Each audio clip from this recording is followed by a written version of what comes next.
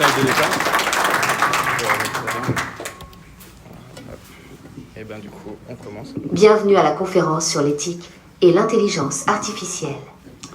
Bonsoir à tous. Nous sommes très heureux de pouvoir prendre du temps avec vous, parce que du temps, il va en falloir pour entrer profondément dans ce sujet, puisque il est difficile de s'intéresser à ces questions de manière superficielle. Ce qui était vrai il y a un an n'est plus vrai aujourd'hui, et au cours de nos recherches, ce qui était vrai il y a 3 jours n'était plus vrai ce matin. Nous avons dû changer une partie de nos slides dans la journée, et donc ce que nous allons vous présenter date d'aujourd'hui, et seulement d'aujourd'hui. Voilà. Néanmoins, en fait, au-delà de l'avancée technologique, on a voulu aller chercher ce qui fait la limite ou pas entre l'homme et l'intelligence artificielle. Voilà pourquoi en fait on avait besoin de temps. Donc du temps, on va en prendre avec vous. On va en prendre ce soir pour poser des bases. Donc ce soir, vous rentrerez frustrés chez vous, puisque vous n'aurez pas la réponse à toutes vos questions. Voilà, sachez-le. Mais c'est nécessaire pour qu'on puisse répondre aux questions plus profondes la semaine prochaine. Dans 2 semaines. Ceci dit, vous venez peut-être déjà avec beaucoup de questions. Vous en aurez sans doute quand on va parler. N'hésitez pas à les noter, soit sur un papier si vous l'avez, mais pourquoi pas dans un mail. Au milieu de la conférence, on prendra un temps de pause et on vous projettera une adresse mail à laquelle vous pourrez envoyer vos questions. Si elle concerne la conférence de ce soir, on y répondra en fin de conférence. Si elle concerne plutôt la conférence dans 15 jours, on ne répondra pas volontairement. Voilà. Et donc, je vous disais qu'on avait dû s'adapter aux mises à jour, et donc on va vous présenter pour commencer. On va rentrer tranquillement. Il y a des gens ici qui connaissent beaucoup de choses sur l'intelligence artificielle, d'autres beaucoup moins. On va rentrer tranquillement, en profondeur, et on commence avec les nouveautés qui datent d'hier soir. Tout à fait. Donc, nous allons vous présenter une toute nouvelle IA qui est sortie hier au soir. Enfin, hier au soir pour nous, mais c'était pour les États-Unis leur journée. Et donc, c'est Sora, qui est une IA qui fait des vidéos et qui a été créée par OpenAI, qui est ceux qui font ChatGPT. Donc, vous devez connaître ChatGPT en général, pas forcément les autres, mais donc Sora est un modèle créé par OpenAI. Et donc, du coup, là, jusqu'à maintenant, c'était la version 1, ils viennent de sortir la version 2. Donc là, on va vous présenter une vidéo. Cette vidéo est faite 100% par IA. Il n'y a pas de montage, il n'y a pas de caméra, il n'y a pas de film. Tout ce que vous allez voir à partir de maintenant est fait 100% par IA.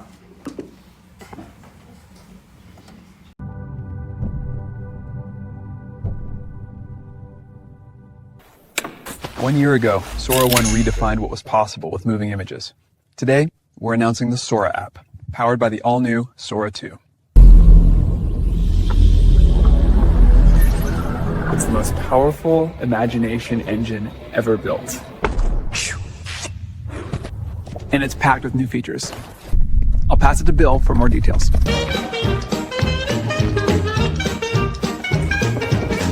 Now every video comes with sound.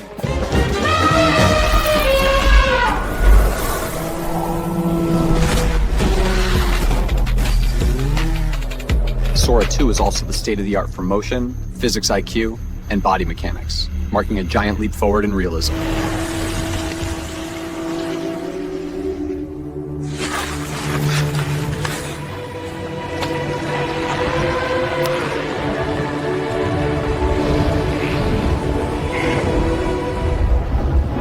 And we're introducing Cameo, giving you the power to step into any world or scene and letting your friends cast you in theirs.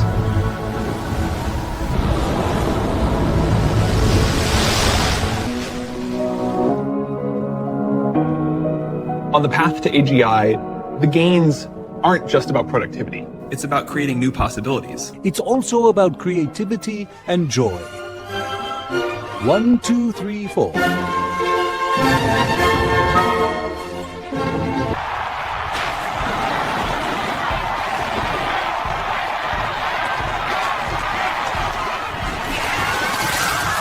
That's why we're launching Sora 2 inside the Sora app, allowing everyone to push the limits of their imagination and create in ways we never thought possible.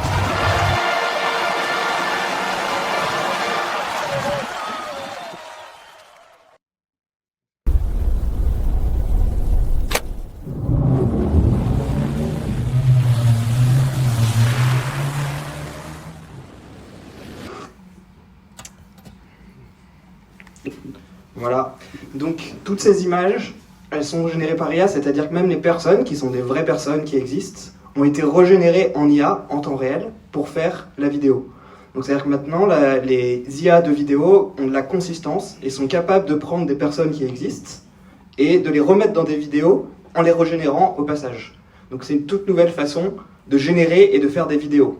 Le cinéma va en pâtir. Depuis hier, ça va changer des choses dans l'histoire de l'humanité, tout simplement. On va aller un tout petit peu plus loin.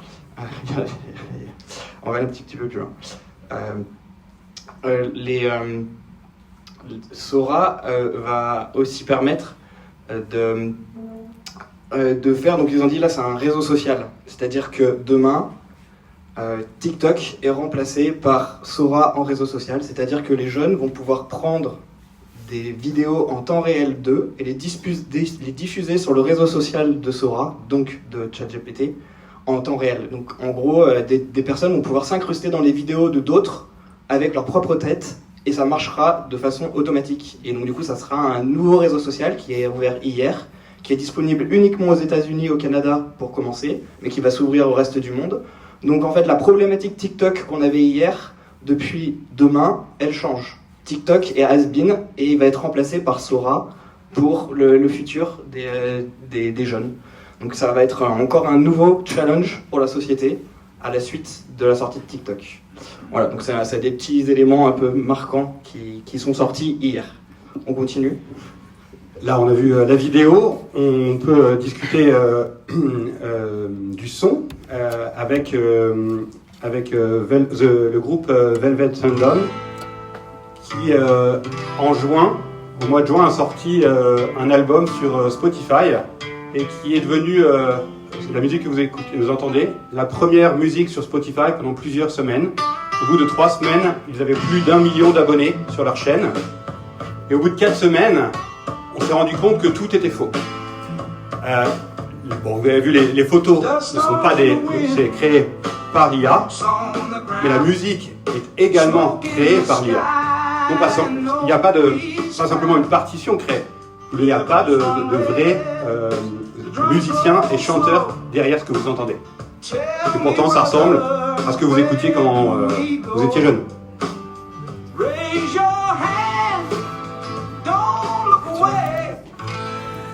Et alors certains, j'en ai entendu au début de la conférence en parler, c'est sorti sur tous les médias aujourd'hui. Tilly Norwood, que vous voyez à gauche, qui est la nouvelle actrice qui va remplacer Scarlett Johansson, puisqu'elle est nettement plus jolie. Voilà, donc vous la voyez, elle court, elle conduit la voiture, c'est extraordinaire. Voilà, donc là il n'y a pas le son, mais vous allez voir la vidéo juste à côté, il y a le son. Donc elle a les manières de l'actrice parfaite en plus.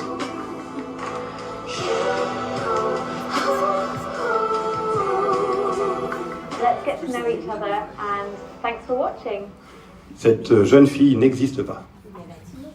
Alors peut-être 10 ans, voilà, mais en même temps, bon, ça c'est une autre discussion. Cette jeune fille n'existe pas. Ce n'est pas une copie de quelqu'un dans la réalité. Elle a été entièrement créée par l'IA.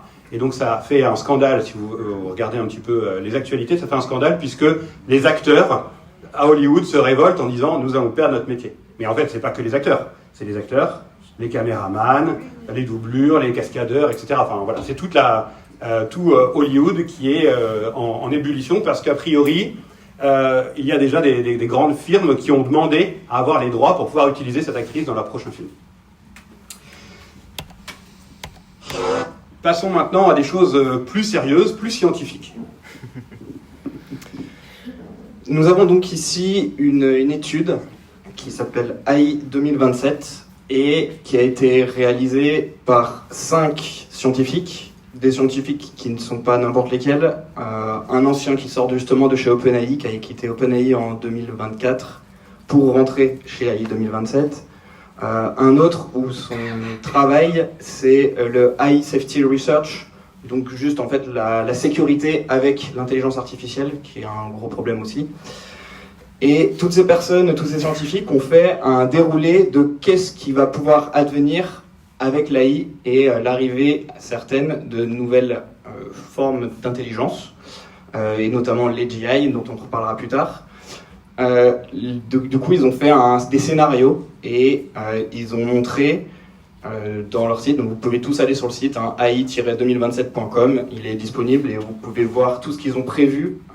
Il y en a une partie qui a commencé déjà à se réaliser et qui va jusqu'à 2 possibilités que je vais te laisser énumérer. Une positive où à la fin l'homme reprend le contrôle sur la machine, et une plutôt pessimiste où à la fin le robot, comme vous le voyez, commence à conseiller les présidents, et comme ils le font mieux que les conseillers, en fait les conseillers sont renvoyés, et en fait à la fin ils prennent le pouvoir et ils décident d'anéantir l'humanité. Alors vous l'avez vu en film de science-fiction, vous les avez vus évoluer, voilà, et c'est une étude très sérieuse. Et nous vous invitons à prendre cette étude au sérieux, et pourquoi pas aller voir le site internet entre les 2 conférences.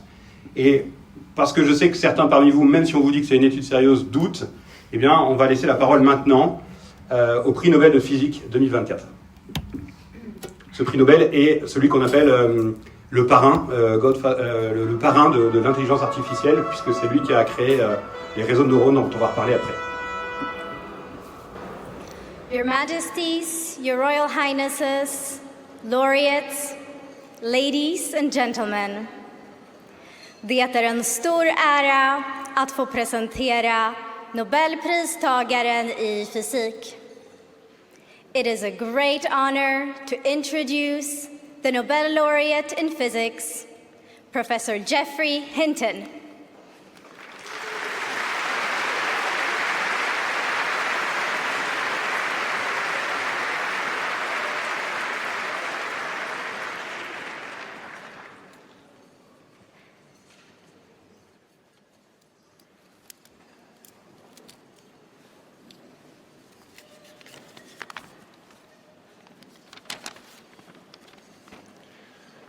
Your Majesties, Your Royal Highnesses, Excellencies, dear laureates, ladies and gentlemen.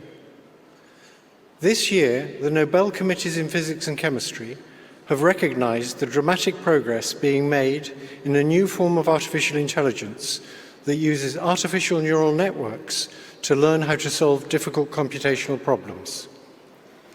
This new form of AI excels at modeling human intuition rather than human reasoning, and it will enable us to create highly intelligent and knowledgeable assistants who will increase productivity in almost all industries.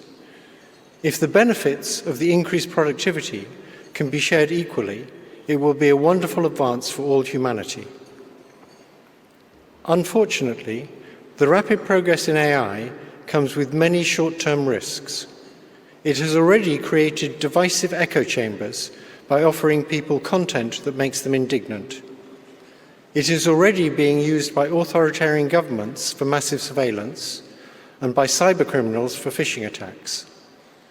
In the near future, AI may be used to create terrible new viruses and horrendous lethal weapons that decide by themselves who to kill or maim. All of these short-term risks require urgent and forceful attention from governments and international organizations. There is also a longer-term existential threat that will arise when we create digital beings that are more intelligent than ourselves.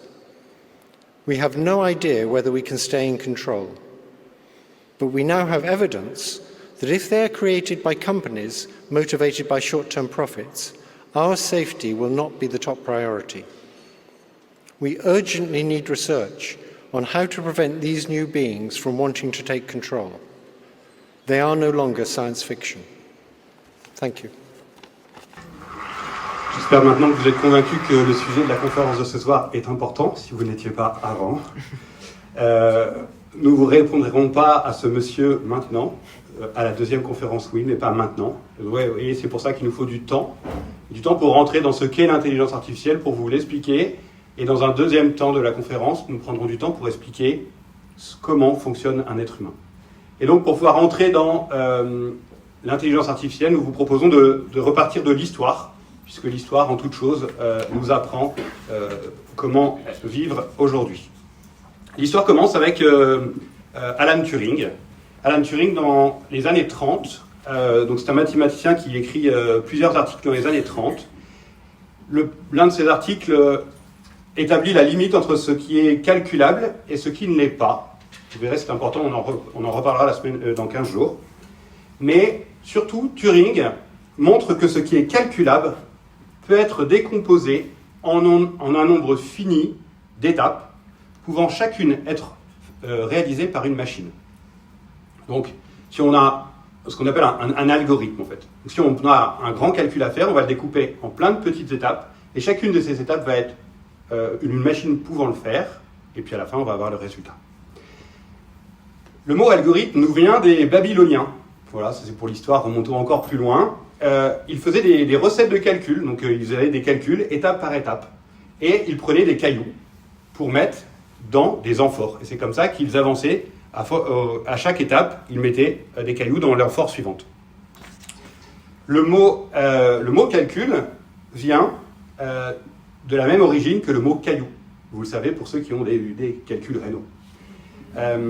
En fait, l'algorithme, c'est donc un calcul étape par étape. Et ça, c'est important qu'on retienne ça. Un calcul est un algorithme est un calcul étape par étape.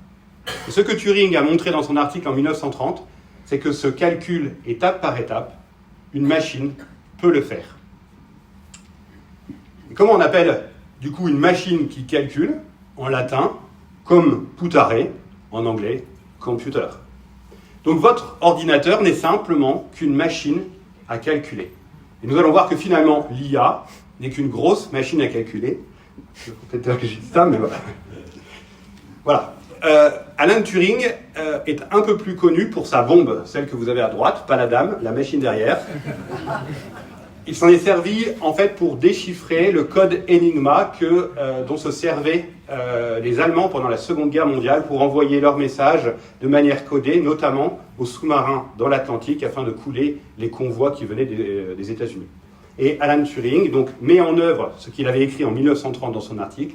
Il crée une machine pour déchiffrer, puisque le code changeait tous les matins, donc il fallait à nouveau remettre tous les réglages et recommencer déchiffrer tous les codes.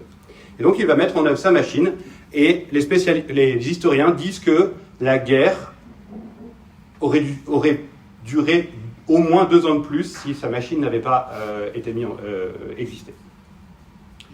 Voilà donc en fait, en somme, le premier ordinateur. Mais Alan Turing ne s'est pas arrêté à ce premier ordinateur, puisque une fois qu'il fonctionnait, c'était bien, maintenant il faut continuer. Et donc du coup, il a inventé une théorie qu'on s'appelle The Imitation Game. Donc en fait, c'est une théorie, un jeu qu'il a mis en place pour discerner un jour la différence entre un homme et une machine. Et donc ce jeu a été une référence pour tous les informaticiens du monde pendant des années. Et leur objectif principal quand ils créaient un ordinateur, c'était d'arriver à l'intelligence artificielle, et donc du coup, même si c'était pas encore nommé à ce moment-là, et d'arriver au fait qu'on ne puisse plus discerner un chatbot d'un humain. Donc comment est-ce qu'il a décrit la chose? Il a dit l'objectif c'est de prendre des jurys, donc des juges, à qui vont parler à un ordinateur, et il faut que le juge discerne si la réponse qu'il reçoit de la part de cet ordinateur, elle est faite par un humain ou par un robot, donc par une IA. Si 30% des jurys n'ont pas réussi à distinguer l'homme de la machine, alors la machine aura atteint un niveau suffisant pour être considérée comme indissociable de l'humain. Donc c'était l'idée d'origine du Imitation Game. Le premier chatbot il sort en 1966, il s'appelle Elisa, et il simule un psychothérapeute. Il a, pour information, réussi que 10% du score, c'est-à-dire que face à des juges, il n'y a que 10% des juges qui ont réussi à croire que c'était un robot, et 90% à penser que c'était une IA et que c'était pas un homme. Donc voilà. Donc il n'a pas réussi à aller plus loin. On continue. Et du coup, pour vous montrer l'évolution, nous avons donc au fur et à mesure du temps l'évolution des robots et des IA qui ont essayé de passer le test de Turing. Vous voyez que la barre des 30% a été franchie en 2014, avec Eugène Gossman, qui a fait un chatbot et qui a été le premier à passer la barre des 30%. Et puis après, nous avons une évolution exponentielle avec l'arrivée des dernières intelligences artificielles qui, tous les 2 ans, grosso modo, ont réussi le test de Turing. Ce qui fait que, en fait, depuis les sorties des premiers ChatGPT, on ne se faisait même plus référence au test de Turing, parce que finalement, tout le monde avait battu le test de Turing, mais tout le monde savait que c'était une IA. Et donc du coup, ce qu'il pensait comme étant quelque chose qui allait améliorer et permettre de faire les choses, finalement, ça n'a rien changé. Et donc du coup, il a fallu penser à des nouveaux tests. On verra ça par la suite.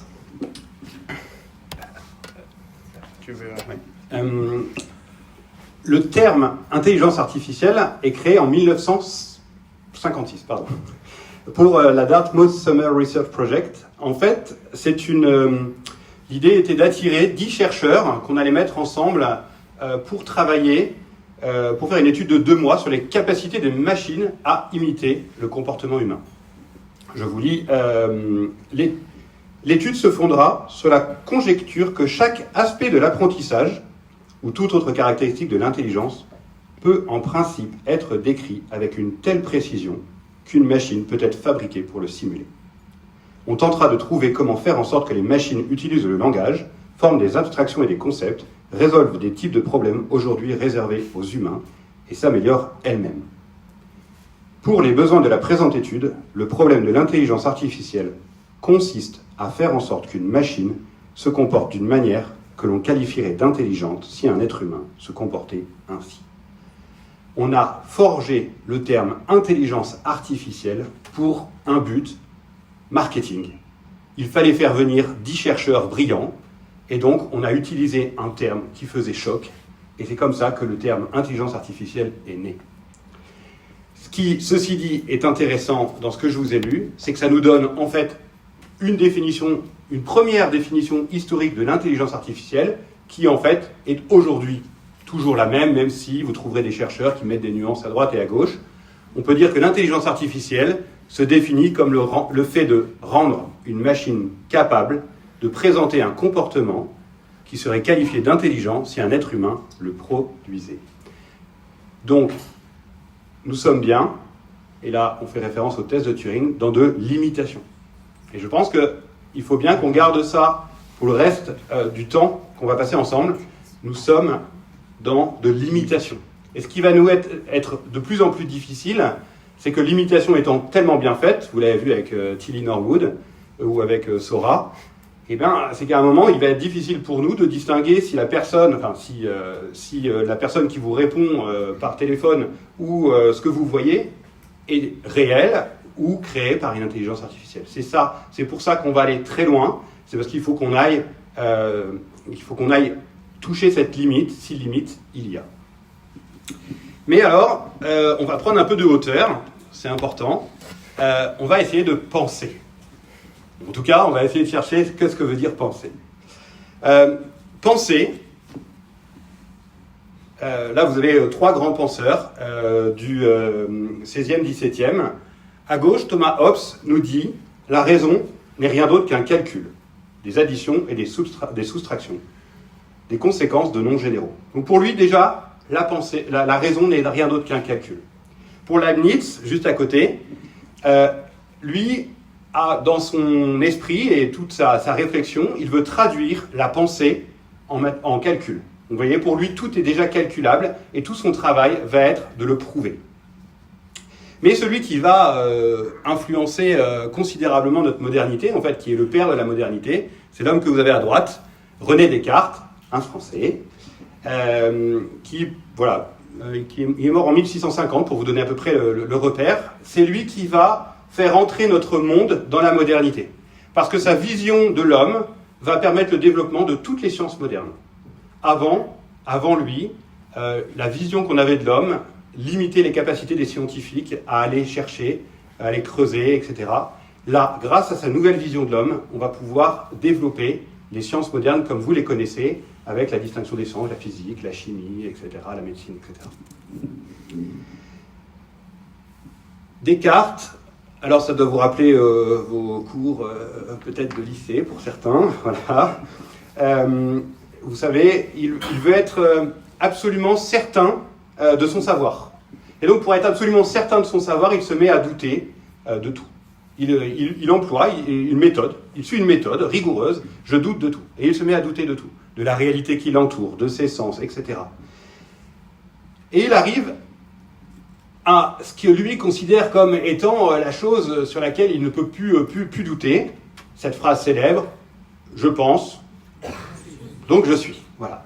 C'est la base sur laquelle il va, en fait, ayant douté de tout, il arrive à ça, il est acculé à, en fait, il se rend compte, je pense, donc je suis, donc voilà, il dit, ok, maintenant à partir de là, j'ai douté de tout, maintenant je vais pouvoir me remettre de manière scientifique à avancer pour établir mes certitudes. Et comme il veut des certitudes absolues, dans quelle science on va trouver la certitude absolue? Dans la mathématique. Et donc, il va se servir de la mathématique comme modèle absolu pour que toute sa pensée soit certaine. Et donc, si toute certitude ne peut être que mathématique, et que la base de toute certitude est le fait que nous pensons, alors toute pensée vraie et sérieuse est donc mathématique. Et ça, en fait, c'est ce que nous vivons au quotidien. Nous le pensons tout le temps. Quand nous voulons savoir si quelqu'un est intelligent, est-ce que cette personne est intelligente, vous faites référence au test de QI. Et le test de QI, c'est quoi? C'est une mesure. On va mesurer la compréhension verbale, le raisonnement, enfin, vous voyez, quatre grands items, et on va faire des mesures. Vous voyez? Donc on est bien dans quelque chose qui est mathématisable. Et dans notre quotidien, en fait, nous fonctionnons en pensant, nous associons le fait de penser avec un raisonnement mathématique.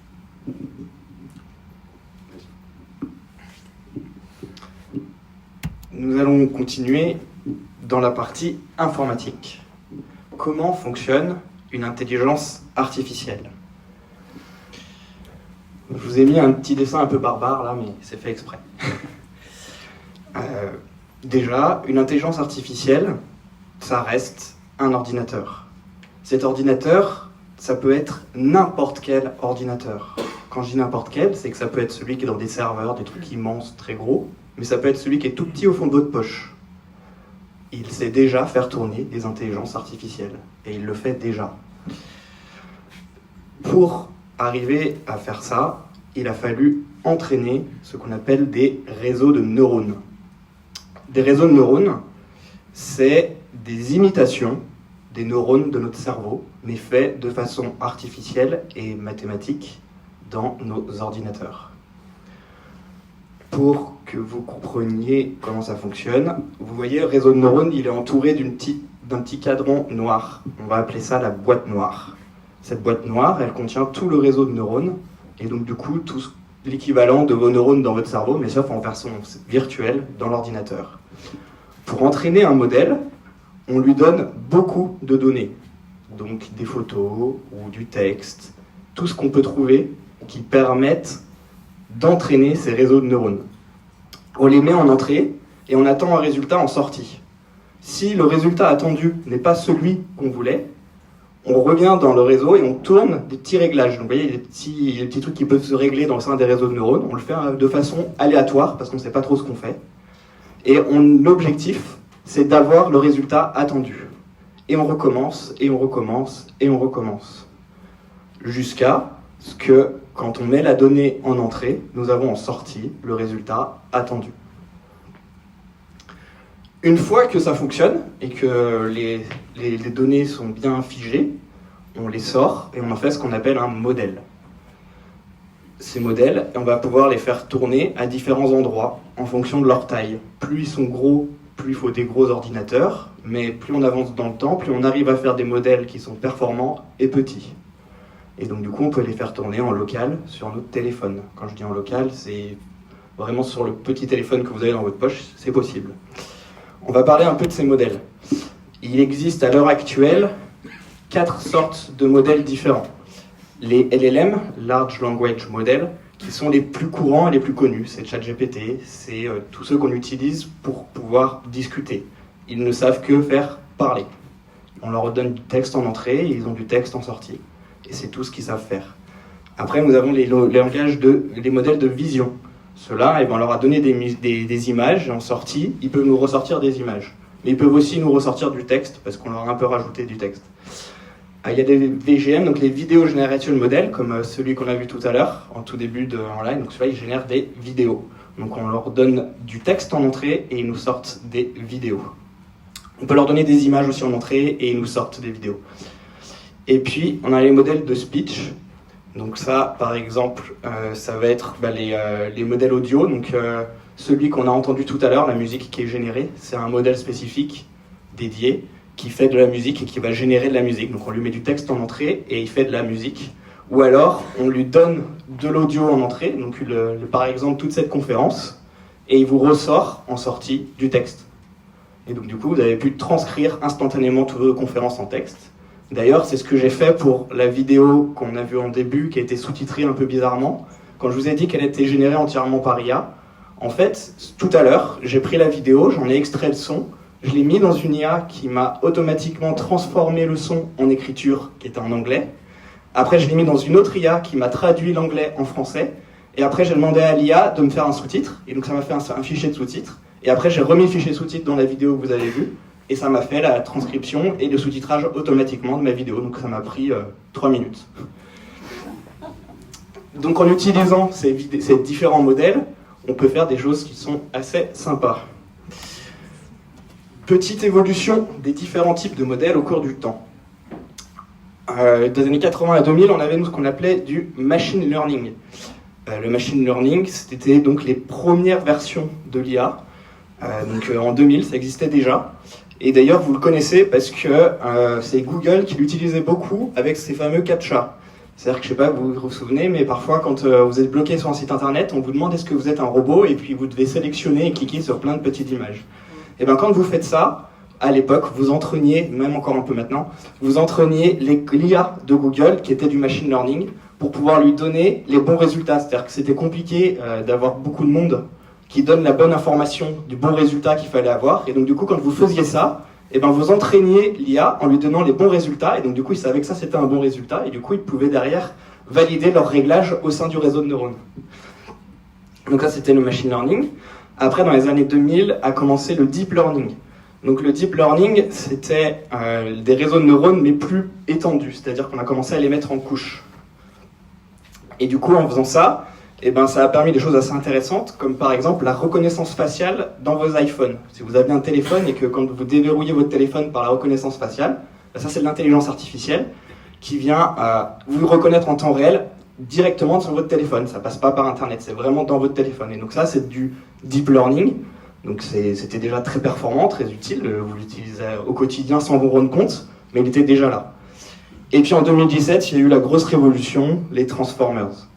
Les Transformers, c'est ça qui a permis à l'IA de prendre son côté exponentiel et de monter au niveau où ils en sont maintenant. Donc l'arrivée de GPT-2, puis de GPT-3, 4, 5. C'était vraiment la vraie révolution dans l'informatique et du coup dans les réseaux de neurones et dans l'IA. Pour la partie technique, ils ont ajouté encore plus de couches et ils les ont parallélisées. Je vais essayer de vous faire représenter ça. Ça, c'est un modèle qui s'appelle NanoGPT, qui est sorti en 2019, et donc du coup qui était déjà avec un transformer avec plusieurs couches. Donc vous voyez, c'est un peu complexe, parce qu'on voit des couches différentes, chaque petit carré, c'est des couches de réseaux de neurones qui s'enchaînent les unes avec les autres. C'est un peu bizarre, mais voilà. Et pour vous mettre en perspective, un an plus tard, ils ont sorti GPT-3, et donc en fait, en sortant GPT-3, ils ont fait ça. C'est-à-dire que ce que je viens de vous montrer là, en termes d'échelle, c'est le petit truc qui est tout en haut à gauche. Et ce que vous avez devant vous là, c'est GPT-3 qui a 85 000... il y avait 85 000 paramètres. Et GPT-3, c'est 175 milliards de paramètres. Donc 175 milliards de neurones. Et c'est GPT-3, on en est à GPT-5 aujourd'hui. Donc en fait, la quantité d'informations et de neurones qui existent est phénoménale. Et plus on avance, plus elle est grosse. Et en même temps, moins elle consomme. Voici un benchmark des différentes IA. Alors je suis désolé, j'ai pris la photo il y a 3 jours, il n'est plus à jour. C'est-à-dire que ça va tellement vite, il y a eu encore des sorties ce week-end. Et donc du coup, il y a Google qui a sorti un nouveau modèle. Bref, du coup, juste pour vous montrer la tendance, donc, vous avez OpenAI en noir, qui est ChatGPT OpenAI. Donc c'est celui qui a un peu survolé le travail jusqu'à maintenant, mais qui se fait rattraper depuis quelques mois très fortement par Google, que j'ai pas trop mis en avant, et par XAI, qui est celui de Elon Musk, donc qui est Grok, qui s'appelle Grok, celui-là, et il le rattrape très fortement et très vite. Mais enfin, ce qui compte, c'est surtout de voir que l'évolution est exponentielle. Ces différentes stats, c'est des statistiques qui sont faites à partir de plein de modèles différents. Donc on voit, il y a des noms barbares de IfBench, AIM2V25, bref. C'est des tests qui permettent dans différents domaines de tester ces modèles. Et après, on en fait une moyenne et ça donne un semblant de performance. Maintenant, ces performances, elles sont réévaluées en permanence parce qu'il y a certains benchmarks où tout le monde est à 99,9999%. Et donc, du coup, ça sert à rien d'aller plus loin. Donc, du coup, on fait des nouveaux tests pour pouvoir encore améliorer les IA au fur et à mesure. Donc ça ne s'arrête pas. Voilà, on va continuer comme ça. Il y a des problèmes sur les IA, c'est ce qu'on appelle des biais d'entraînement, puisque comme on a vu au début, il y a beaucoup de données en entrée, mais parfois ces données on les choisit. Et du coup, quand on choisit ces données, ça donne des choses un peu marrantes. Comme là, par exemple, il y a un monsieur qui n'a pas pu être trouvé par l'IA parce que quand on a entraîné l'IA, on lui a donné que des photos d'hommes blancs. Et donc du coup, il n'a pas pu trouver le monsieur noir. Ou alors, l'autre problématique, là, c'est muffin ou chihuahua. Et donc du coup, là, l'IA, elle peut pas parce que avec les méthodes d'entraînement, c'est compliqué. Alors, c'est fini, maintenant, on a dépassé ça. Mais ces biais d'entraînement ont de l'importance parce que ça montre comment fonctionne l'IA. L'IA, elle fait des statistiques. Et comme elle fait que des statistiques, elle fait des pourcentages. Et en fait, une IA qui atteint 100% en pourcentage, c'est pas bon. Ça veut dire qu'il y a eu un problème dans son mode de fonctionnement. En réalité, notre objectif quand on fait une IA, c'est d'arriver à 99,999999999 infiniment, mais de jamais atteindre 100%. Si on atteint 100%, c'est que c'est pas bon. Et donc du coup, on a toujours un petit quelque chose qui sera pas là, mais finalement, ça nous rappelle un peu nous, l'être humain, c'est-à-dire qu'on ne sommes pas parfaits non plus, et qu'on n'est jamais à 100%. Et donc l'imitation du neurone humain, fait que dans le neurone artificiel, il y a un peu le même problème. Mais voilà. Après, on fait ce qu'on appelle des corrélations. Donc du coup, on voit des choses, on pense que c'en est une autre, c'est bien marqué avec le chihuahua, parce que même pour nous, parfois, c'est un peu difficile de se dire hey, c'est un muffin ou c'est un chihuahua. Et cette corrélation, c'est notre cerveau qui l'a fait, et qui fait des raccourcis. Et du coup, l'IA, elle finit par faire la même chose. Et on va voir que c'est la pose de petits problèmes. La corrélation n'est pas la causalité. Quand il y a quelques jours, je suis descendu de ma montagne, je vis au Beaujolais, le plafond était très bas, il y avait des nuages partout, et au fond, je voyais la centrale du Bugey dégager ce joli nuage. Alors, j'ai demandé à ChatGPT de me reproduire ce que j'avais vu, mais il n'a pas été très bon. En fait, il faut imaginer que la fumée montait directement au nuage, et que moi, en descendant, je me suis dit, tiens, la fumée sort et monte, donc tous les nuages qui sont là proviennent de la centrale. Bon, vous voyez bien que ça paraît profondément ridicule. Néanmoins, ça c'est de la corrélation. Vous allez voir, je vais vous donner un autre exemple. Quand vous savez que vous êtes sur Internet, vous cherchez une robe rouge. Eh bien, vous fermez Internet, vous retournez sur Internet et vous êtes sur un site de livres. Et là, les pubs arrivent avec des robes rouges. Et là, oui, c'est quand même pas possible. Quoi. Et en fait, ça, c'est très intéressant. Et c'est déjà employé, donc l'intelligence artificielle se sert de ça, et se sert de ça pour vos préférences. Donc, vous savez, les cookies, etc. Voilà. Et il y a la petite histoire amusante d'une jeune fille, 17 ans je crois, dans l'histoire, qui est allée sur un site pour acheter des cadeaux pour enfants. 1 fois, 2 fois, 3 fois, 4 fois.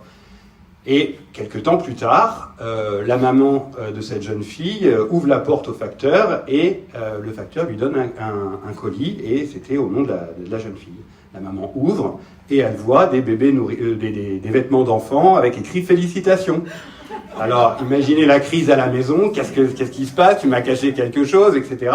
En fait, simplement, elle dit, mais non, c'est juste que je suis allé sur ce site internet acheter pour mes copines, un tel, et puis pour notre cousine, etc. Vous voyez, le problème de la corrélation, c'est qu'en fait, on n'en sait rien, en fait. Une fille, non, elle n'avait pas donné naissance à un enfant, simplement, elle faisait des cadeaux à ses copines. Ça, vous voyez, c'est intéressant de voir la différence entre corrélation et causalité. Allons un peu plus loin, un tout petit peu plus compliqué. Non, je vais rester sur celle-ci. Vous voyez, donc cette maison qui est sous une ligne à haute tension. Il y a eu une étude en Angleterre qui a été faite, qui a montré que sous les lignes à haute tension, les gens avaient de plus grandes pathologies, des pathologies plus graves. Et donc, il y a des gens qui ont fait le lien. Oui, en fait, les lignes à haute tension causent des pathologies. Mais en fait, vous et moi, si on a les moyens, est-ce qu'on va aller se mettre sous une ligne à haute tension? Non.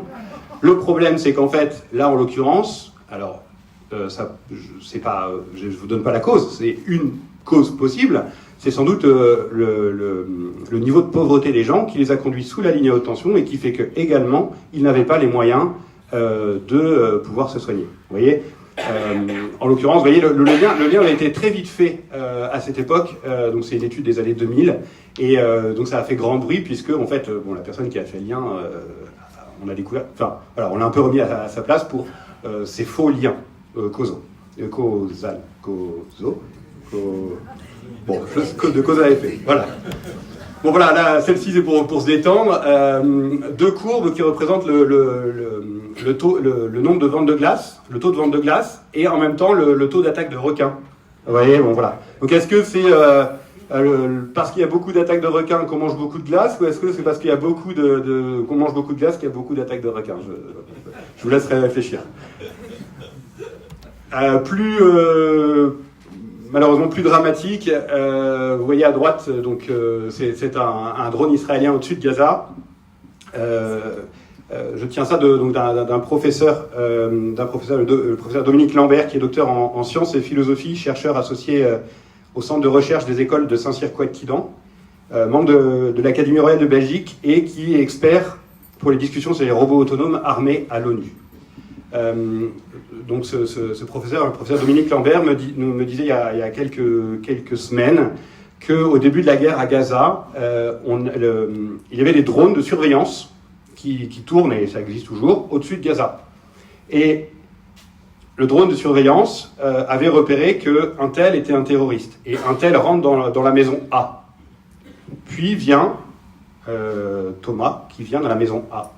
Et donc le drone se dit, il vient voir un terroriste, n'est-il pas terroriste? Puis Thomas se déplace dans la maison B, où le drone sait qu'il y a aussi un terroriste. Puis dans la maison C, où il sait qu'il y a aussi un terroriste. Donc le drone envoie un autre drone, mais celui-là tueur, pour tuer Thomas. C'est ce qu'on a vu au tout début de la guerre de Gaza, où on a eu un certain nombre de journalistes et de personnel soignant qui ont été abattus par des drones. Parce qu'en fait, il n'y avait pas d'humains pour valider la commande de tir à ce moment-là. Le robot autonome avait dit, s'il va dans la maison A, dans la maison B, dans la maison C, qui sont des maisons où il y a des terroristes, c'est donc qu'il est un terroriste. Depuis, ce n'est plus le cas. Chaque frappe doit être validée par un opérateur humain dans un laps de temps assez court, mais doit être validée par un opérateur humain. Vous voyez, donc on va s'arrêter sur cette phrase qui est très belle, mais Thomas nous dira sans doute qu'elle est déjà dépassée puisqu'elle date de 2023. Donc Noam Chomsky, qui est un ancien professeur de linguistique au MIT et qui a beaucoup travaillé sur l'intelligence artificielle, qui dit que l'esprit humain est un système étonnamment efficace et même élégant qui fonctionne avec de petites quantités d'informations. Il ne cherche pas à déduire des corrélations brutes entre les points donnés, mais à créer des explications. Comme disait Thomas, c'est tout l'inverse des IA qui fonctionnaient avec beaucoup de quantités pour obtenir une corrélation. Maintenant, nous allons continuer avec nos IA. Donc, je vous ai dit tout à l'heure que les IA, c'était des représentations de nos neurones. Il se trouve que nos neurones, ils ont une possibilité différente des neurones virtuels. C'est qu'ils sont capables, pour chacun de nos neurones dans notre cerveau, d'être interchangeables et de faire tous les sens. chaque neurone de notre cerveau est capable d'être au service du toucher, de l'ouïe, de la parole, de la vision, ou pour sentir. Tous nos sens sont inscrits au sein de chacun de nos neurones. Et si un neurone a un problème, il peut être remplacé par un autre. D'ailleurs, pour vous rassurer, on a découvert il n'y a pas longtemps qu'on ne perdait pas de neurones. Et qu'en fait, les neurones repoussaient toute notre vie jusqu'à 90-100 ans. On a eu des repousses de neurones. Le fait de perdre des neurones, c'est faux. Il faut juste les réentraîner. Mais ils sont là et ils reviennent. Et donc du coup, nous dans les IA, on essaye de refaire ce que font les neurones. Et donc on est passé des modèles unimodal, comme je vous ai montré tout à l'heure, au modèle multimodal. C'est-à-dire qu'un modèle, au lieu d'avoir qu'une seule fonction, il en a plusieurs, comme le font nos neurones. Pour l'instant, le mieux qu'on ait, c'est Gemini, donc celui de Google, qui est capable de faire du texte, de l'image, de l'audio et de la vidéo. Donc ils sont à la fois auditifs, visuels, et un sens que nous, on n'a pas dans notre cerveau, mais qui est le texte. Mais tout ça progresse. Je vais vous montrer maintenant une autre IA de Google qui s'appelle Genie 3, que vous n'avez pas dû voir. La particularité de cette IA, c'est que ce que vous voyez là en ce moment est donc totalement virtuel, mais à la différence de la vidéo que vous avez vue tout à l'heure, c'est généré en temps réel. C'est-à-dire que cette IA vient créer des mondes virtuels cohérents en temps réel, comme dans un jeu vidéo, mais en temps réel. Et elle se souvient de ce qu'elle a vu. Donc là, on se déplace, les coups de peinture, ils reviennent et ils restent. Donc ça, ce n'est pas quelque chose de... Encore une fois, c'est pas une vidéo, c'est pas quelque chose qu'on a filmé, c'est quelque chose qu'on a généré en temps réel. Donc les IA sont capables maintenant de faire des mondes virtuels complets en temps réel. Et c'est important, parce que ça va faire une grande évolution au niveau de l'IA. Je vais vous expliquer pourquoi, mais pour ça, on va continuer, on va regarder la deuxième vidéo, qui est donc toujours le même principe. On est dans une fausse salle de classe qui est générée en temps réel. Et donc du coup, on se déplace dans cette salle de classe, et on a l'impression que tout est vrai, et surtout, tout est généré en temps réel. Donc c'est un peu bizarre, mais en gros, on a créé des couches d'abstraction avec différents niveaux, et donc du coup, de fait, l'IA maintenant est capable de se repérer dans des espaces qui sont cohérents pour nous, et de voir ce qui se passe en temps réel. Et ça, ça va permettre d'entraîner de nouvelles IA. C'est-à-dire que jusqu'à maintenant, on donnait beaucoup de données en entrée d'un réseau de neurones pour pouvoir faire en sorte qu'elles comprennent des choses. Maintenant, on va entraîner des IA dans des mondes virtuels générés par des IA. Et donc du coup, ça fait qu'elle comprendra d'elle-même la causalité, c'est-à-dire quand on prend quelque chose et qu'on lâche, comme un enfant quand il découvre la gravité, l'IA elle va pouvoir faire la même chose. Donc elle va pouvoir comprendre tout ce qu'on est en train de faire comme un enfant. Et donc elle aura plus besoin de beaucoup de données pour s'entraîner et se comprendre. Elle va utiliser uniquement ce qu'elle a de présent autour d'elle, un monde virtuel, mais qui représente notre monde, donc du coup ça revient au même. On a déjà commencé à le faire. On va pouvoir le voir tout de suite. Avec cette vidéo. Cette vidéo, c'est donc une Tesla. Regardez bien les mains en bas à gauche. La personne ne conduit pas. Cette voiture est autonome. Elle va passer le rond-point des Champs-Élysées de façon totalement autonome. Et ce qui est important aussi, c'est l'écran qui est au milieu. L'écran qui est au milieu, c'est une représentation virtuelle du monde qui se fait en temps réel. Et donc, c'est ça qui permet à Tesla de faire des voitures autonomes qui fonctionnent. C'est tout simplement le fait que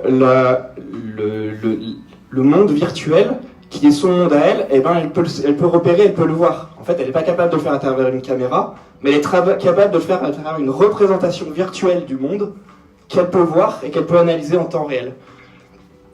Donc du coup, l'écran au milieu, c'est l'évolution, et c'est ça qui va permettre les voitures autonomes, enfin qui le permet déjà, comme vous pouvez le voir, parce que ça fonctionne. Ça, c'était quand? Et ça, c'était cet été. Ça date de cet été. Pour information, aux États-Unis, ça a déjà commencé. Les voitures autonomes, il y en a de partout. Ils en ont dans toutes les villes. Ils les commandent, elles viennent et elles partent et elles repartent. Enfin, c'est plus un problème pour eux, ça fonctionne. Et donc du coup, ça, c'est parce que Tesla a réussi à entraîner des IA au départ par rapport à des caméras, et puis maintenant au monde virtuel, qui sont régénérés en temps réel. Et donc là, c'est une grosse évolution. Donc du coup, les paradigmes sont en train d'évoluer. Au début, on avait des IA spécialisées, donc comme Deep Blue qui était une IA qui a gagné les échecs. Maintenant, on arrive sur des IA qu'on appelle des IA généralisées, donc c'est les derniers modèles de ChatGPT. Et on va arriver petit à petit à... voilà, et on avait un départ beaucoup d'entrées massives, et maintenant on a ce qu'on appelle de l'apprentissage auto-supervisé, même s'il y a d'autres apprentissages auto-supervisés, mais ça c'est pour les parties techniques. Mais de fait, c'est s'entraîner comme un bébé, c'est-à-dire comprendre les choses de ce qui se passe dans le monde avec peu d'informations. Et donc ça, c'est ce qu'on est en train de travailler en ce moment. Et l'objectif est toujours le même, c'est l'AGI, donc l'intelligence artificielle générale, qui est le but de toutes les personnes qui font de l'IA en ce moment. Et derrière, quelles sont les conséquences? Eh bien, ça pourrait être ce qu'on appelle la singularité.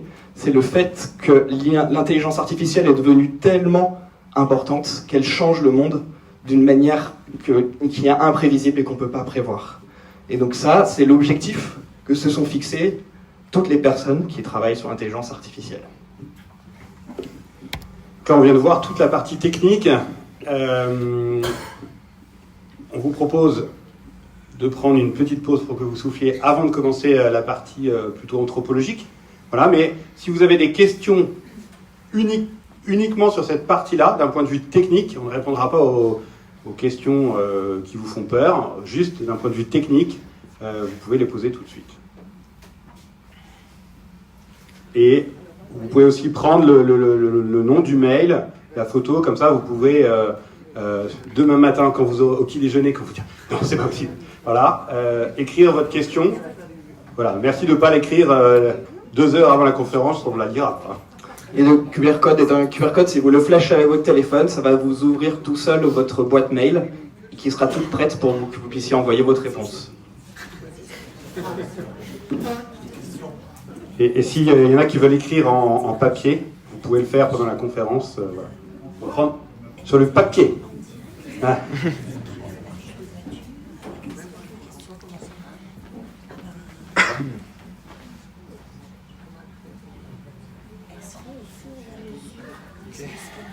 On va mettre le truc là, comme ça. Ouais. Non, il y a le téléphone. C'est le micro. Moi j'ai mis flèche.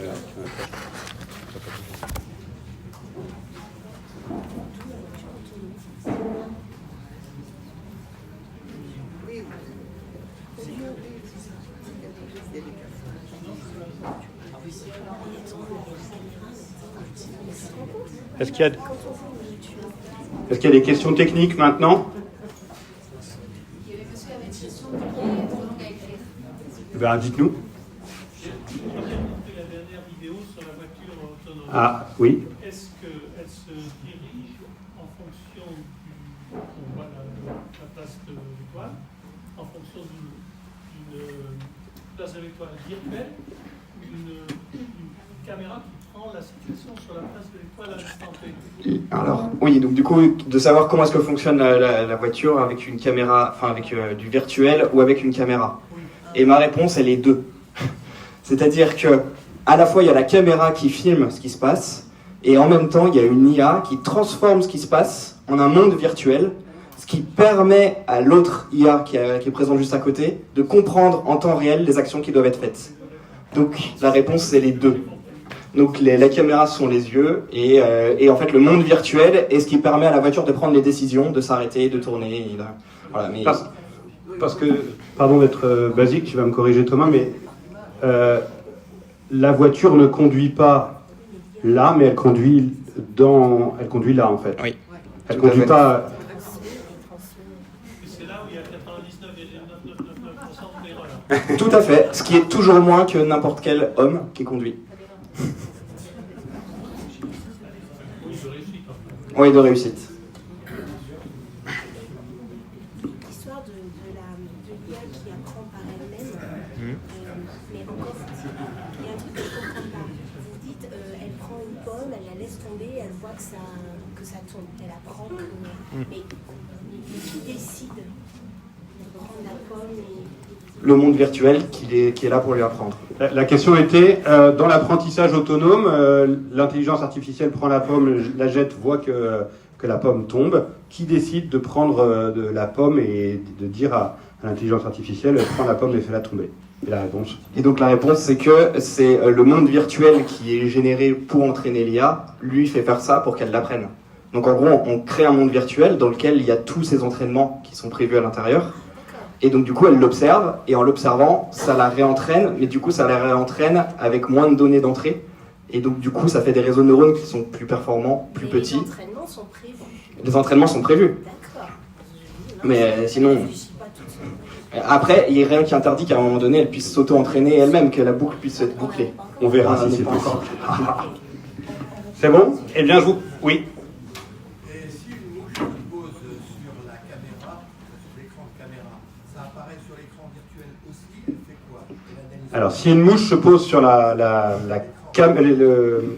sur la caméra de la voiture autonome, c'est ça? Est-ce que ça apparaît sur l'écran et comment l'IA réagit, c'est ça? Alors, la voiture réagira très bien parce qu'il faudra que vous fassiez l'essai. Si vous mettez une mouche sur une caméra réelle, vous verrez qu'on ne la voit pas.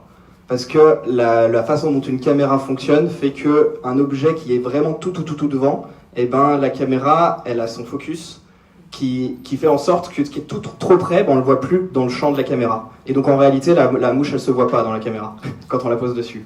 C'est un truc tout bête, mais vous pourrez essayer avec votre téléphone, par exemple. Si vous mettez une saleté sur l'écran de votre téléphone et que vous vous filmez, vous verrez que la saleté, vous la voyez pas quand on la filme. Ça, c'est juste un effet d'optique, c'est une vision d'optique qui est à cause du grossissement qui est lié aux lentilles, c'est juste technique, mais de fait, quand c'est trop proche, eh ben, ça se voit pas. Et de toutes les façons, même s'il y avait une petite mouche qui viendrait, la voiture, elle n'a pas qu'une seule caméra, elle en a 5 ou 6, et donc de toutes les façons, elle est capable de reconstruire à partir des autres caméras qui sont autour. Donc ça, c'est pour les trucs qui sont un peu plus loin qu'on le fait. Pas pour ce qui est vraiment dessus, parce que ce qui est dessus, c'est pas un problème, mais ce qui est vraiment plus loin. D'ailleurs, elles sont souvent sales, ces caméras, elles ont des petites saletés, des petits... Voilà, c'est pas gênant, parce que la caméra reconstruit en temps réel. Je vous propose d'avancer sur la deuxième partie. Si vous avez des questions, n'hésitez pas à mettre par mail. Nos épouses s'occupent de récolter les questions, de faire le tri pour qu'à la fin, là, on prenne 5 minutes pour répondre à vos questions. Donc on a vu en fait avec des cartes que la pensée c'était calculée, que la machine faisait ça très bien, même mieux que nous. Alors finalement on a un peu l'impression qu'on est pareil que la machine, ou peut-être même peut-être même qu'on serait des machines moins performantes en fait. Bon voilà, c'est pas tout à fait ça, mais du coup on va prendre le temps là de faire de l'anthropologie philosophique. Alors je sais que ça fait peur quand on parle de philosophie, les gens se crispent sur leur chaise, se disent je vais rien comprendre. Deux prérequis, vous allez tout comprendre. La deuxième chose, c'est qu'en philosophie, on emploie des mots que vous employez dans le quotidien, mais qui n'ont pas forcément le même sens. Donc tous ces mots-là, moi, je vais les redéfinir. Vous allez voir, c'est pas sorcier en général, c'est juste que ce sont nous les philosophes qui avons posé ces mots en premier, et puis en fait après le grand public les a repris et les a dévoyés. D'accord ? Et le deuxième prérequis, la vision que je vous présente est aujourd'hui sous-tendue par la philosophie d'Aristote. Alors Aristote c'est très vieux, mais il y a beaucoup de chercheurs, et dont j'en fais partie, qui continuent à l'étudier.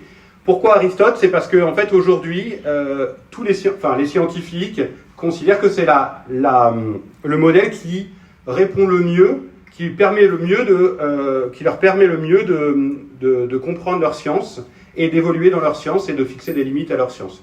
Ça va jusqu'à la physique quantique. Vous voyez, nous les philosophes, on a des discussions avec les physiciens quantiques, alors que, je vais être honnête avec vous, j'y comprends pas grand-chose. Déjà, je comprends pas grand-chose à l'IA, alors... Voici l'homme. On va commencer sur un truc un peu complexe, mais vous allez voir, voilà, un gros mot, c'est l'illémorphisme. L'illémorphisme.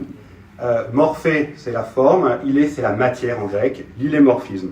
Tout être est composé de matière et de forme. Ce pupitre, cet ordinateur, cette chaise, vous-même, vous êtes un composé de matière et de forme.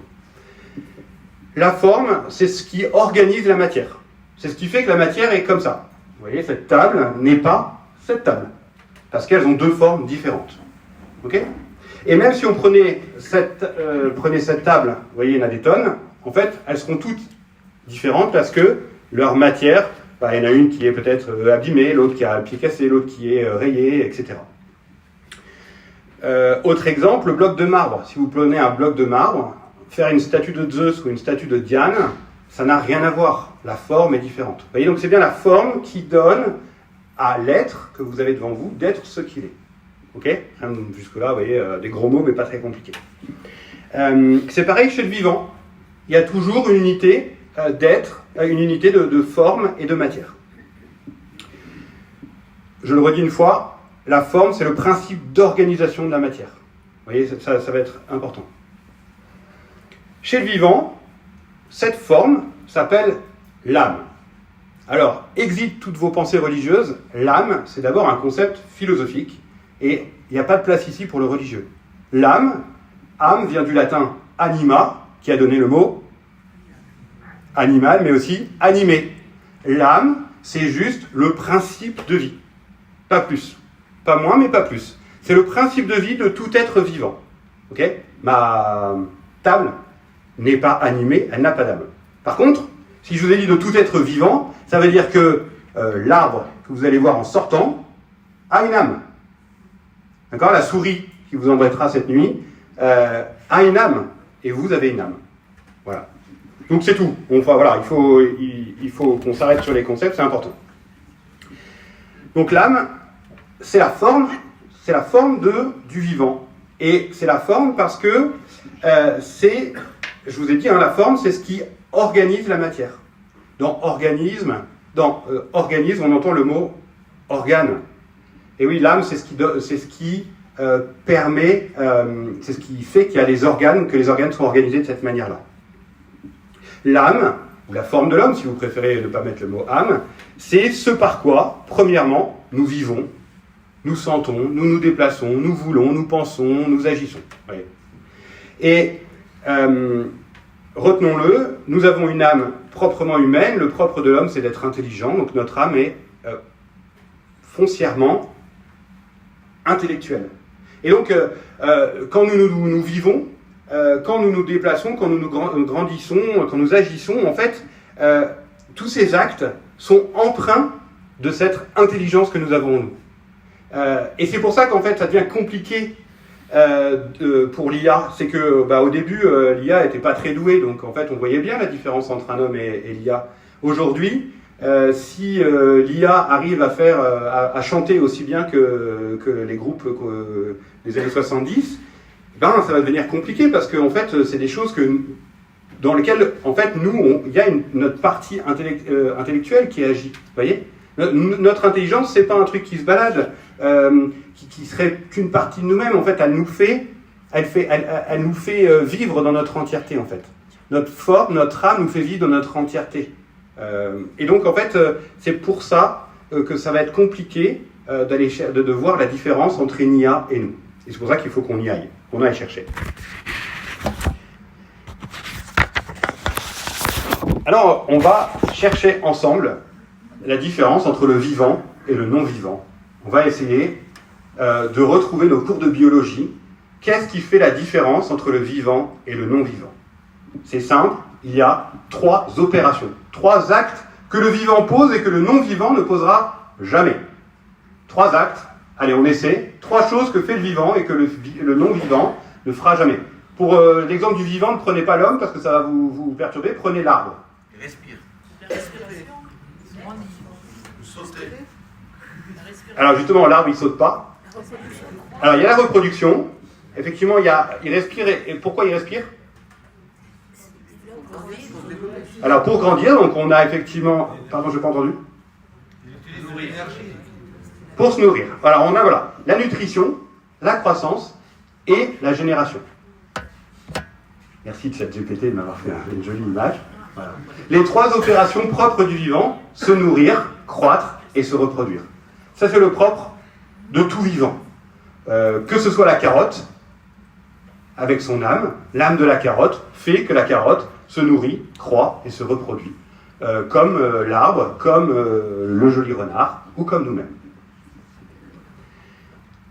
Vous l'avez bien compris, hein, je répète, j'aime bien, mais c'est vraiment dû à notre âme qui nous anime, qui produit, en fait, qui permet cela.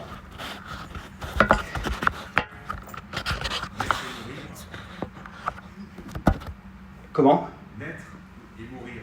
Oui, je sais, voilà, il y a l'idée dans la reproduction aussi, tout ça, voilà, et dans l'absence de nourriture, voilà. Vous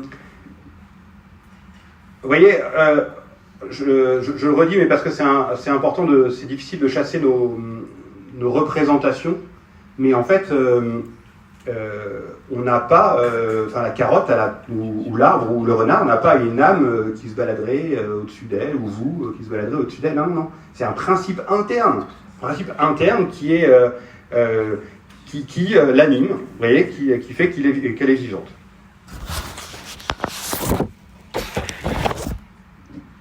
On laisse le vivant à proprement parler et on va aller chez l'homme. On va aller chez l'homme. Retenez bien cette image. On va aller un peu vite, mais je vais essayer de vous expliquer grosso modo comment fonctionne l'homme. L'homme, donc ça c'est un homme. Ça se voit pas, mais c'est un homme.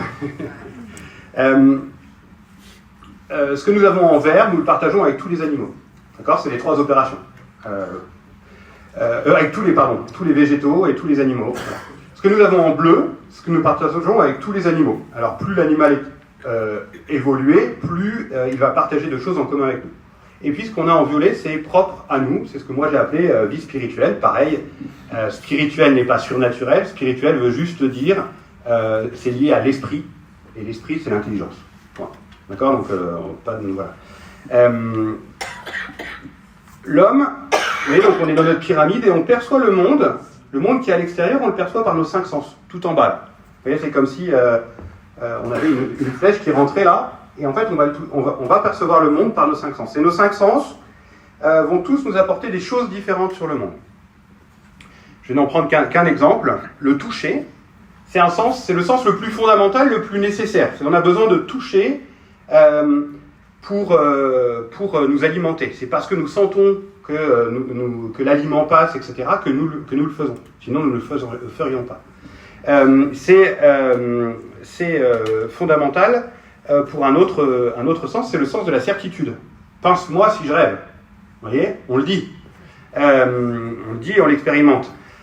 Ça conditionne énormément de choses. Ça conditionne notre équilibre psychologique, par exemple. L'enfant, ça sert à rien de dire à un bébé qui est dans le berceau je t'aime, je t'aime, je t'aime, je t'aime. Si vous ne le prenez pas dans les bras, il ne va pas le comprendre. Et l'enfant a 3, 5, 7 ans, et puis même l'adulte, en fait, en a toujours besoin.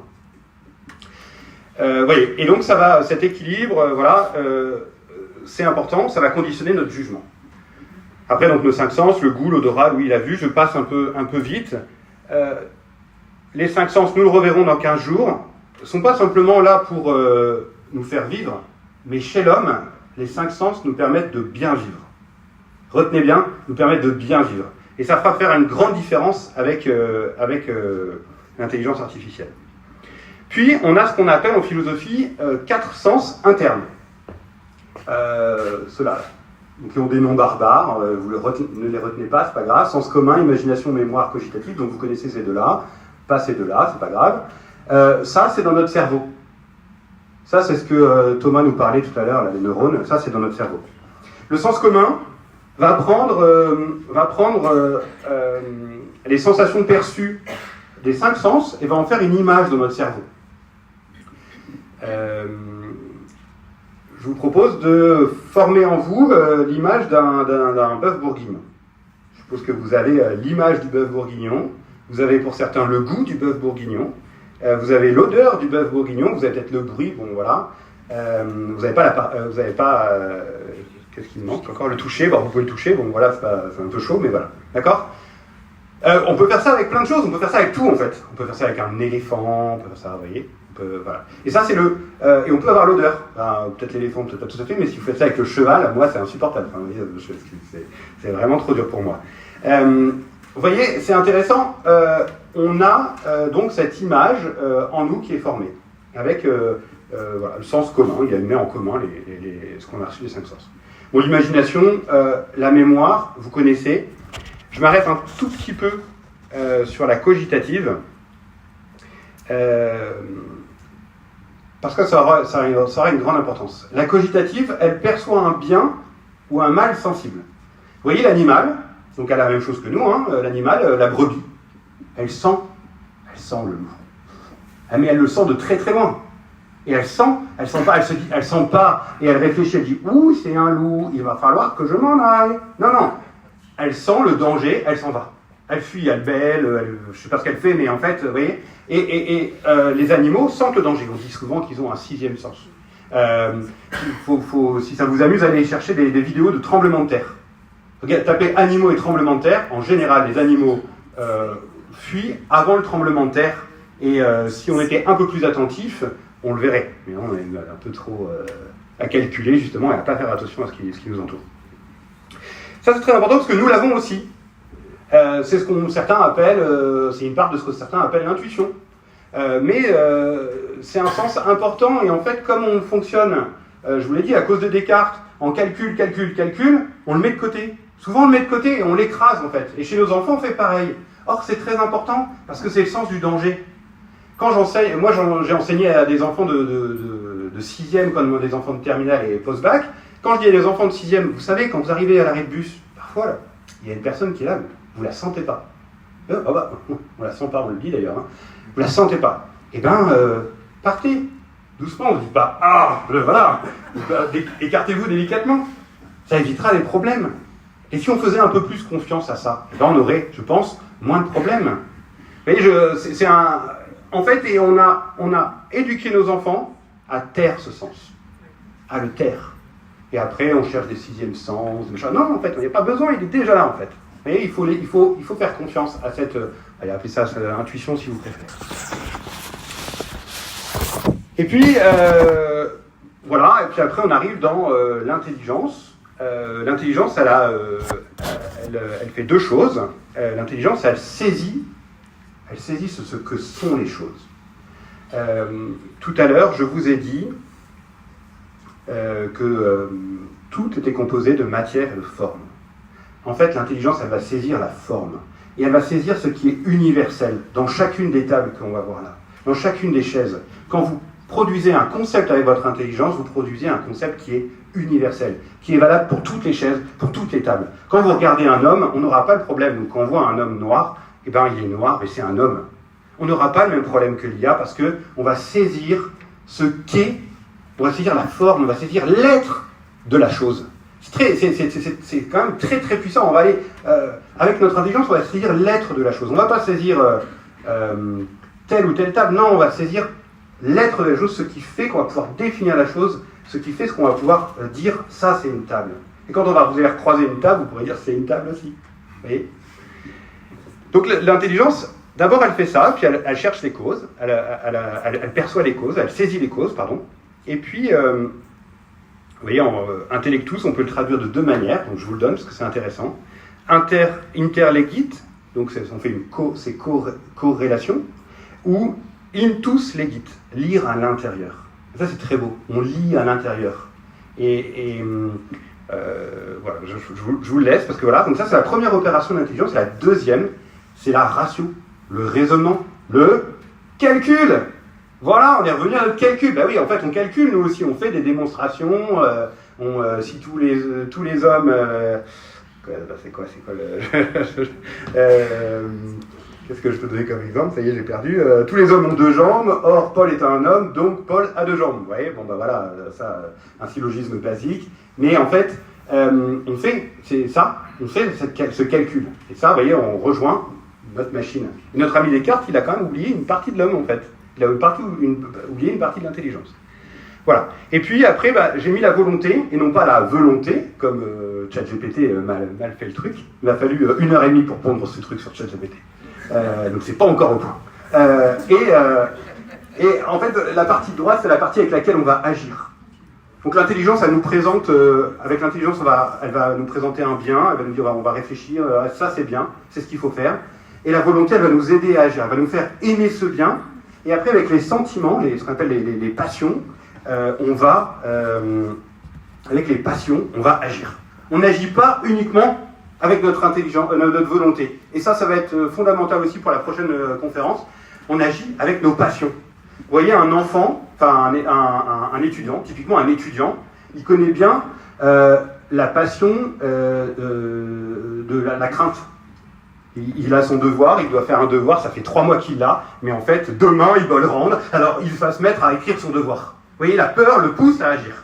Avant, il n'y a rien qui a fait, hein. Ça va pas aidé. Vous voyez? Et en fait, on agit tout le temps comme ça. On agit tout le temps pour ces choses-là. C'est l'espoir. C'est l'espoir que mon Alix me dise oui, qui m'a fait un jour lui demander. Bon, et voilà, j'ai eu l'audace de me lancer. Vous voyez, mais si j'avais pas ce sentiment, cette passion qui m'a poussé à agir, eh ben, elle serait pas là et je serais pas là. Vous voyez, ça c'est important. Et ça fait de nous des êtres humains. Une toute dernière chose, parce que voilà, sinon vous allez ressortir avec une tête comme ça. Je vois déjà qu'ils s'endorment. Pourquoi vous L'homme, dans notre raisonnement, dans notre manière de connaître le monde, et nous reprendrons la fois prochaine, nous allons du particulier à l'universel. Quand, avec vos 5 sens, vous ne touchez que des choses particulières. Je ne touche qu'une table à la fois. Enfin, je peux en toucher 2, mais en fait, je ne touche pas toutes les tables en même temps. Alors que l'intelligence, quand elle définit, quand elle dit ce qu'est la table, ce qu'est un homme, quand je dis un homme, c'est un animal raisonnable, je prends une définition par hasard, parmi d'autres, homme, animal raisonnable, je parle de tous les hommes sans exception. Vous voyez ? Et je ne parle pas de cet homme en particulier. Oui, ça sera vrai pour cet homme, mais c'est valable pour tous les hommes. Alors que quand je ne touche qu'un homme. Et plus on va monter, moins on va être dans le singulier, et plus on va être dans l'universel. J'arrête là. On se servira de tout ça la fois prochaine. Et du coup, on va vous présenter 4 petites vidéos pour terminer. Ces petites vidéos, c'est donc le monde des robots. Parce que le monde des robots, il progresse, et le monde des robots, il ressemble à l'homme.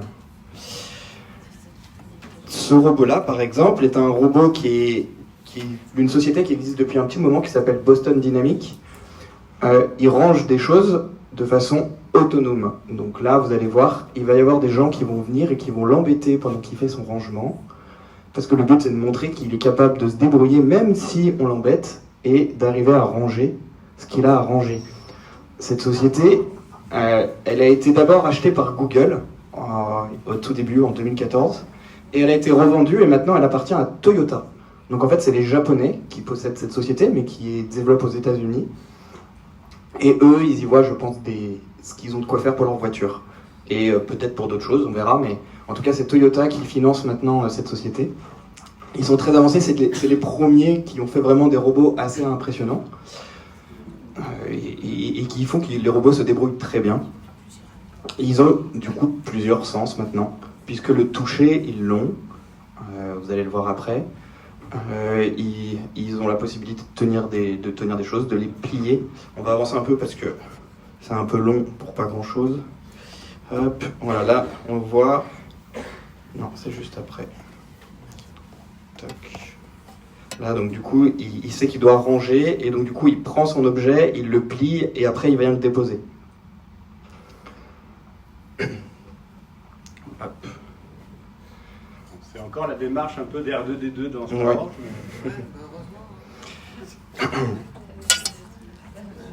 Hop. Allez, on va arrêter avec celle-ci, et on va continuer avec ce robot-là. Ce robot est un robot américain, et il a décidé de ranger votre lave-vaisselle. Et donc du coup, ce robot existe. Ce robot prend tout et le range de façon peut-être pas encore nickel, mais il le range dans le lave-vaisselle.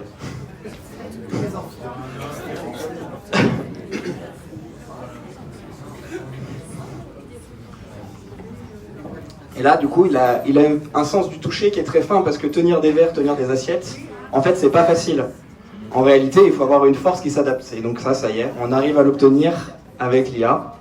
Parce que ces robots sont animés par l'intelligence artificielle. Et donc c'est des progrès qui sont à la fois en robotique, en mécanique, mais aussi en intelligence artificielle.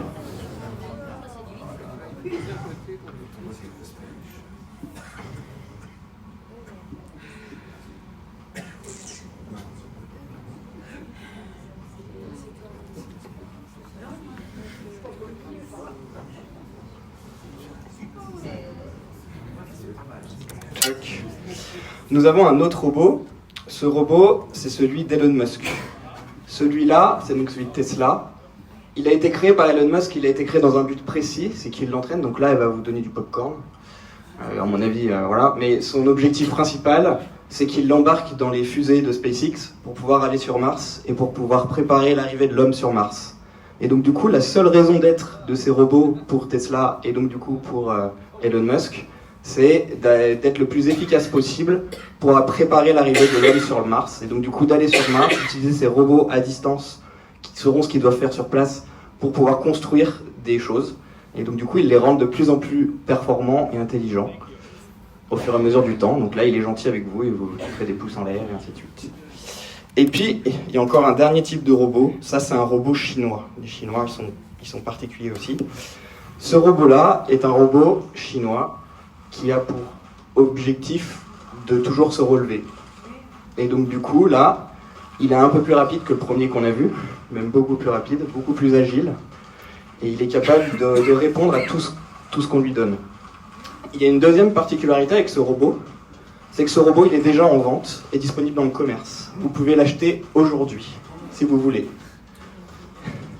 Et ce robot, il vaut 17 000 $. Donc, autant vous dire, pas grand-chose. Surtout que il pèse 35 kilos. Et il a une autonomie de 2 heures. Donc au bout de 2 heures, il faut qu'il se recharge. Mais enfin, il sait déjà marcher, donc il peut aller tout seul à sa recharge, et puis repartir quand il a envie. Voilà, mais donc du coup, ça c'est des robots d'un robot chinois. Et donc tout ça, ça avance et ça progresse en parallèle de l'intelligence artificielle. Et tout ça est animé par l'intelligence artificielle. Ce n'est plus de la science-fiction.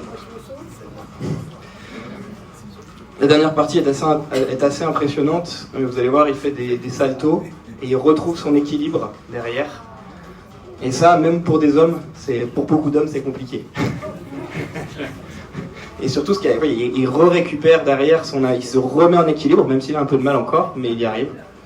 Et après, dernière petite chose intéressante sur ce robot aussi, c'est qu'il fait tout ça uniquement par caméra. C'est-à-dire qu'il n'a pas de centrifuge. Donc normalement, pour garder l'équilibre, on met des éléments mécaniques qui permettent de pouvoir créer, donc ça s'appelle une centrale inertielle, qui fait qu'on sait dans quelle condition on est, ainsi de suite. Celui-là, il en est dépourvu, ils ont remplacé ça par l'intelligence artificielle, donc par l'équilibre au niveau de l'IA, un peu comme nous on le fait dans notre cerveau. Donc, du coup, on utilise certains de nos sens, mais on n'a pas besoin de centrale inertielle pour marcher. Ces robots-là n'en ont plus besoin, ils ont réussi à s'en débarrasser, donc ça coûte moins cher. Alors, voilà. Du coup, ce qu'on disait au tout début, c'est peut-être un peu frustrant puisqu'on n'a pas répondu à vos questions. On a essayé d'aller en profondeur sur ce qu'était l'IA, sur ce qu'était l'homme. Tout ça va nous servir dans la prochaine conférence pour savoir si l'IA peut être notre ami ou si elle est foncièrement notre ennemi. Savoir si c'est un simple outil ou si c'est bien plus que ça ou bien pire que ça. Savoir si on peut lui donner des limites ou si elle doit se donner des limites à elle-même. Voilà, n'hésitez pas à garder le mail, à nous envoyer vos questions pendant les 15 jours. Il y a une question qu'on va prendre tout de suite, et puis après, ce qu'on vous propose, que la question est rapide, ce qu'on vous propose, c'est qu'après, ceux qui le désirent, ceux qui veulent, vous pouvez repartir, et puis ceux qui désirent, qui ont d'autres questions, on ne répondra qu'aux questions techniques, encore une fois, on n'anticipera pas la prochaine conférence, ne craignez rien pour ceux qui partiraient. Alors, est-ce que le fait d'entraîner des modèles d'IA avec d'autres modèles virtuels permet de faire une économie d'énergie par rapport à la puissance nécessaire pour la collecte de données, par exemple? Alors oui, la réponse est oui. De fait, il y a besoin de beaucoup moins de données, donc de beaucoup moins de stockage, puisqu'on a juste une IA qui tourne, une seule, et qui génère un monde virtuel pour pouvoir entraîner potentiellement plusieurs IA en simultané au besoin. Donc oui, en termes d'économie d'énergie, c'est vrai. Et d'une manière générale, de toutes les façons, les IA, à l'heure actuelle, sont en train de se réduire en économie d'énergie. C'est-à-dire que les grosses IA, comme ChatGPT et ainsi de suite, on a l'impression qu'elles sont inaccessibles, en réalité, elles peuvent tourner sur mon ordinateur qui est là maintenant. C'est-à-dire que les OpenAI, là, ils ont sorti cet été un modèle open source de ChatGPT qu'ils ont bien voulu nous laisser sortir et qui fait que 20 gigas. 20 gigas, ça rentre largement sur mon ordinateur, ça se met en mémoire dans mon ordinateur et je peux la converser avec sans aucun problème. Alors les niveaux sont pas encore au niveau des ChatGPT à 70%, mais on est sur du 60, du 50, enfin bref. C'est vraiment, ça fonctionne, et plus on avance dans la recherche, plus on arrive à réduire la taille des modèles pour qu'ils tournent en local, donc du coup qu'ils consomment moins d'énergie, et donc du coup petit à petit qu'ils soient sur n'importe quel ordinateur. Donc la problématique énergétique, elle va disparaître à long terme, puisque l'objectif est que ça tourne en local, sur l'ordinateur, dans le robot, et que ça ne soit pas à distance sur des éléments serveurs. Pour l'instant, on pallie à ce problème, mais ce problème, voilà. Est-ce que je vais plus loin? Non, pour l'instant, on reste là. Alors, les chercheurs visant le but ultime de l'AGI, donc l'intelligence artificielle généralisée, prennent-ils en compte la notion de sens commun qui nous différencie de l'IA? Et donc, le sens commun ne serait-il pas une suite de calculs réalisés par notre réseau de neurones et donc imitable par IA? Ça fait un peu partie de la suite aussi de ce qu'on voulait se dire, mais moi je pense qu'en tout cas, il va arriver à limiter. Clairement, je pense que plus on avance, plus l'IA pourra imiter nos raisonnements et faire en sorte de les voilà. Et je pense même que les niveaux d'abstraction qu'on nous a définis, ils vont arriver petit à petit dans les réseaux de neurones. Il n'y a pas de raison qu'ils n'arrivent pas à le faire. Ça restera de l'imitation. Voilà, alors, d'un point de vue très technique, la question du... Oui. Est-ce que le sens commun... Oui, alors, je ne voudrais pas y répondre, parce que j'y réponds la semaine prochaine, donc dans 15 jours, donc la personne garde bien, on garde la question, et si elle ne trouve pas la réponse, je reprendrai. Copilot, oui, c'est Microsoft et c'est ChatGPT derrière. En réalité, c'est OpenAI, parce que Microsoft a mis de l'argent très tôt dans OpenAI, et donc du coup, quand ils ont fait Copilot, en réalité, derrière, c'est les modèles de ChatGPT et d'OpenAI qui tournent. C'est pour ça qu'on ne les voit pas dans les benchmarks. Ils ne sont jamais testés parce qu'ils sont testés en même temps que OpenAI et que ChatGPT. Oui, mais pour le coup, pour l'instant, ils sont encore en distance. C'est-à-dire quand il y a besoin d'Internet pour pouvoir les consulter. Alors que bientôt, il n'y en aura plus besoin. Oui.